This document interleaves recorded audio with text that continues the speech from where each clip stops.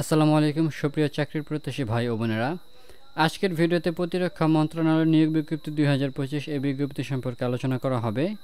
আর যারা যারা আমাদের এই লেভেল আপ ইউটিউব চ্যানেলটি এখনও সাবস্ক্রাইব করেননি তারা অতি দ্রুত সাবস্ক্রাইব করে ফেলুন।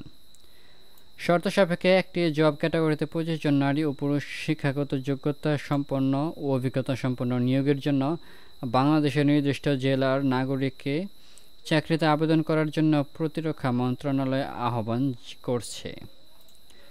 প্রতিরক্ষা মন্ত্রণালয় চাকরিতে আবেদন করার প্রথম শর্ত হচ্ছে আপনাকে অবশ্যই বাংলাদেশের নাগরিক হতে হবে। যদি আমরা একটু নিচে এসে দেখি, ministry of defence job circular 2025, সংস্থার নাম প্রতিরক্ষা মন্ত্রণালয়, সংস্থার ধরন সরকারি, চাকরির ধরন সরকারি, চাকরির সময় স্থায়ী সরকারি চাকরি পার্মানেন্ট গভর্নমেন্ট জব,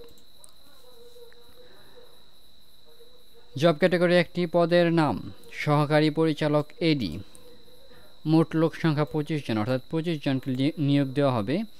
শিক্ষাগত যোগ্যতা এখানে নির্দিষ্ট বিষয়ে স্নাতক বা স্নাতকোত্তর পাস লাগবে। চাকরির পদ অনুযায়ী লিঙ্গ নারী ও পুরুষ উভয়ই আপনারা আবেদন করতে পারবেন।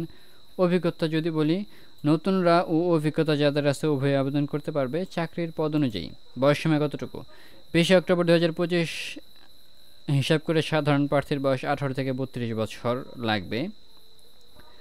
বেতন আপনার 22,000 থেকে 53,060 টাকা পর্যন্ত। আবেদন করার পদ্ধতি অনলাইন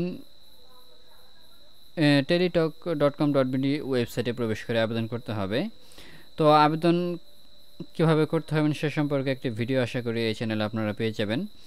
আবেদন ফি লাগবে আপনার 223 টাকা। ফি জমা দেওয়ার পদ্ধতি টেলিটক প্রিপেড মোবাইল নম্বরের SMS এর মাধ্যমে। আর বিজ্ঞপ্তিটি প্রকাশ হয়েছে 19 সেপ্টেম্বর। আবেদন শুরুর তারিখ হচ্ছে আপনার 21 সেপ্টেম্বর সকাল 10 ঘটিকা হতে। আর আবেদন শেষের তারিখ 20 অক্টোবর বিকেল 5 ঘটিকা। তো এই ছিল প্রতিরক্ষা মন্ত্রণালয়ের নিয়োগ বিজ্ঞপ্তি 2025। তো আমি আপনাদেরকে ডেসক্রিপশন বক্সে এখানে দেখেন নিয়োগ বিজ্ঞপ্তিটা আছে, এটার লিঙ্ক আপনাদেরকে দিয়ে দেবো। আপনারা সেখান থেকে আরও সুন্দরভাবে দেখতে পারবেন এখানে। আর আবেদন যখন শুরু হবে তখন আশা করি এই চ্যানেলে আপনারা ভিডিও পেয়ে যাবেন। আর এরকম দৈনিক নিত্য নতুন ভিডিও পেতে আমাদের এই লেভেল আপ ইউটিউব চ্যানেলটি সাবস্ক্রাইব করে রাখতে পারেন। ধন্যবাদ সবাইকে।